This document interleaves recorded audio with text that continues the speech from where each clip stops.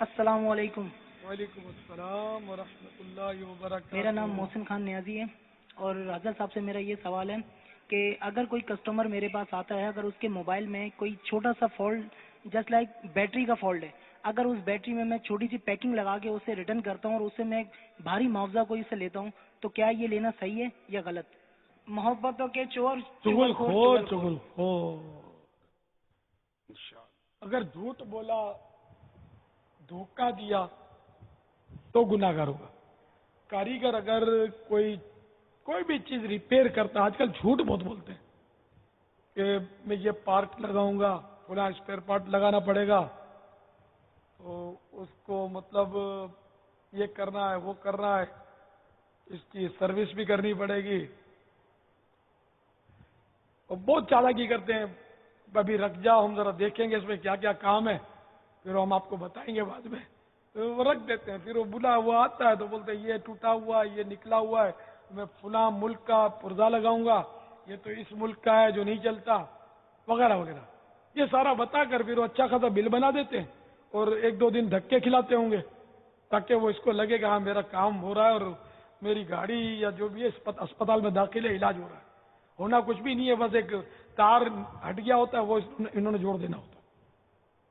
اور یہ یوں جھوٹ بول کر، دھوکہ دے کر کافی پیسے نکال لیتے ہیں، بلکہ الٹا بعض ہوگا اسپیئر پارٹ بدل دیتے ہیں، اچھا نکال کر وہ گھٹیا ڈال دیتے ہیں، یہ بھی کرتے ہیں۔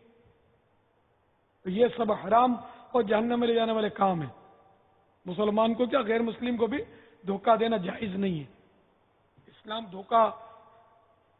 دھوکے کی حوصلہ شکنی کرتا ہے اور سچ کو فروغ دیتا ہے، سچائی کو فروغ دیتا ہے۔ تو یہ سب مطلب ان سے سب سے توبہ کرنی پڑے گی، اور جن سے دھوکہ دے کر مال وصول کیا ان کو لوٹانا پڑے گا۔ اگر اس کا طریقہ یہ کہ اجرت تو چلو کم زیادہ اس کا نہیں ہے، جو بھی دن آپس میں طے ہو جائے،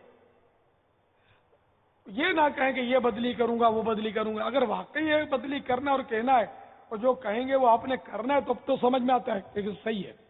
اور اگر کچھ نہیں ہے ترکیب ایسی، تو اب اس کو بھلے خالی تار ہی جوڑنا ہے، اب وہ یہ نہ بتائیں کہ تار نکل گیا، وہ کہاں پوچھتا ہے تار نکل گیا ہے کہ لگا ہوا ہے۔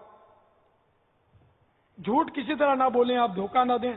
آپ اس کو جیسے بول دیں کہ یہ موبائل بند ہو گیا آپ کا، ٹھیک ہے میں انشاءاللہ اس کو چلا دوں گا، اتنی اجرت ہوگی۔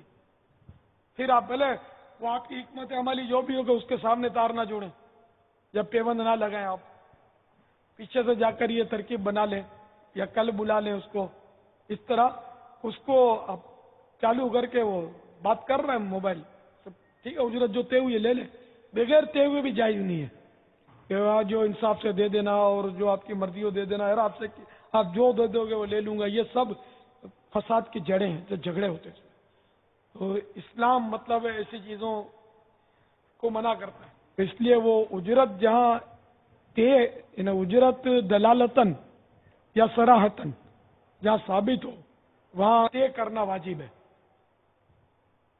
صراحتن مانے وہ کلیئر کٹ کہ اتنا ہوگا اتنا دوں گا، یہ ایک صراحت یعنی کہ کلیئر کر دیا، یا یہ کہ دلالتن کہ دینا تو ہے، یہ لے گا اور اس کو پتہ یہ دے گا، تو یہ دلالتن کہلاتا ہے، اور طے نہیں کیا، تو اب یہ جو ملی نا یہ ناجائز ہے، یہ اجرت خبیث ہے۔ اس لیے مہربانی کر کے اس سے بچیں، یہ جائز نہیں ہے، دونوں گناہ گار ہیں اس طرح کرنے سے۔ اللہ کرے دل میں اتر جائے میری بات۔ واللہ تعالی اعلم ورسولہ اعلم، عز وجل وصلی اللہ تعالی علیہ وآلہ وسلم۔ صلو علی الحبیب صلی اللہ تعالی علی محمد۔